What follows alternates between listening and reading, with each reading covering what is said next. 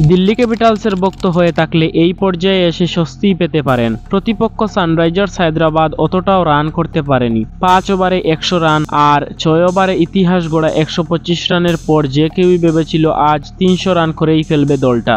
2 opener Travis head এবং অভিষেক শর্মা এই আসরে প্রতিবারই জড়গতির শুরু এনে দিয়েছিলেন। আজ যেন চাপিয়ে গেলেন সবকিছুই। তবে কুলদীপ যাদবের দ্রুত 3 উইকেট আর অক্ষর প্যাটেলের দারুণ বোলিং ফিল্ডিংয়ের গুণে অন্তত 270 রানও দেখতে হয়নি দিল্লিকে। দুর্দান্ত ব্যাটিং করা হায়দ্রাবাদ নির্ধারিত 20 ওভারে তুলেছে 266 রান। দিল্লির অরুণ জেটলিতে ব্যাট হাতে 4-6-এর বন্যা বসিয়েছে হায়দ্রাবাদ। সব মিলিয়ে এসেছে 40টি বাউন্ডারি, 22 ছক্কা আর 18-4-এর এই ইনিংসটি এবারের আইপিএলে চতুর্থ সর্বোচ্চ স্কোর। সব আইপিএল মিলিয়েও অবশ্য চতুর্থ স্থানেই থাকছে হায়দ্রাবাদের আজকের ইনিংসটি। হায়দ্রাবাদের আজকের ব্যাটিং ইনিংসটি আপনাদের কাছে কেমন লেগেছে তা অবশ্যই কমেন্ট করে লিখে জানাবেন।